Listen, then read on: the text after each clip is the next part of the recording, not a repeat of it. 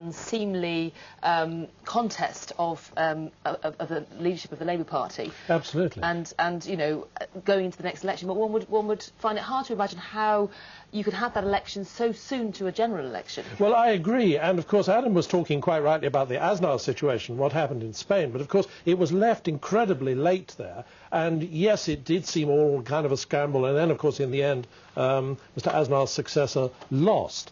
Again, I think that, OK, even if he doesn't do it after 2 years, I think his feeling is going to be, you know, I'd need to do it so that we've got it settled and in place. And, of course, if there was a leadership contest, other people would be in there. I mean, this is not a shoe-in for Gordon Brown.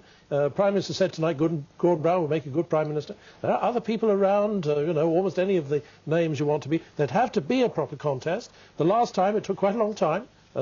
As I recall, 10 or 12 weeks to go through that procedure. You know, so I suspect the Prime Minister's instinct will not be to do this in a hurry. He'll want to do it in an orderly, seemingly controlled way. Why do you think he's made the decision to come out and speak so openly now? Do you think it is health-related? I suspect that at the back of your mind, when you're in this situation, you do have that feeling, you know, well, anything might happen. I mean, all right, I'm expecting to come out of this operation as fit as a fiddle. He's apparently going on with this trip to Africa, which frankly astonishes me a bit, but it is a cause extremely dear to the Prime Minister's heart. But there we are. He intends to go on. But you know, we really should never forget the strain that this office takes on people. Actually, I mean, without wanting to sound at all morbid, the record of Prime Ministers dying in office is extremely favourable. They are a tough lot. I think I'm right in saying that the last was in the middle of the last century.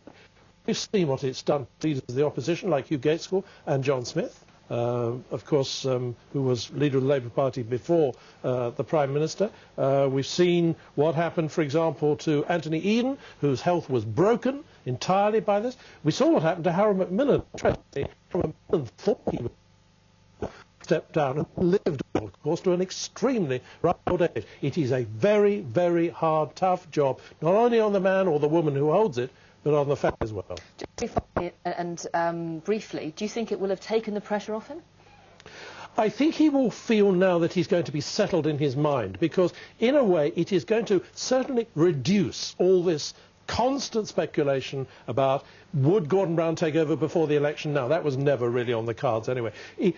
We know really where we stand now. We don't know the precise day, time, month that the Prime Minister will hold it, but I think it defuses it a bit. Gordon Brown knows what the score is now. He knows the thinking. He knows the thinking, he knows the score, and Gordon has now got to make up his mind about what he does about it. Fascinating. Michael Brunson, thanks for that.